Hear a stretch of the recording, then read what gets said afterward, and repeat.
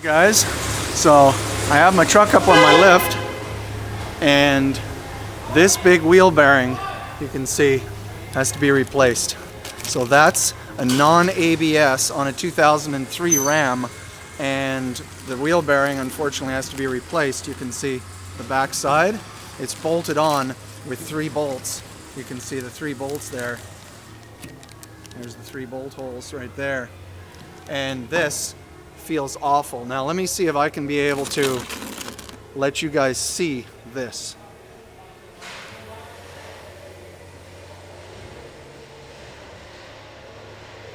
See if I can get that.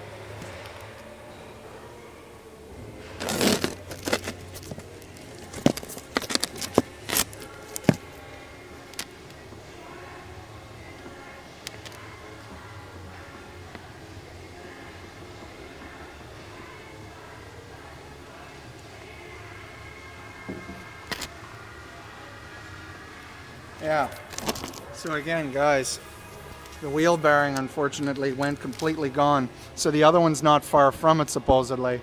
Let's take a look. This is just too big a job for me. Yeah, it's nowhere near as bad. Almost non-existent, but just enough. Just enough, you can see. It's not seized.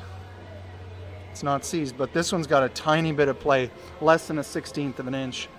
This one's got quite a bit probably. Yeah, that one's got a lot of it. That's why I was feeling that horrible sound. But it, oh yeah, this one doesn't turn hardly as much either. Look at that, you see? Doesn't turn as much. Anyways, guys, got to replace it. That stupid thing, by the time I'm done, is $500. So, anyways, guys, that's the part number.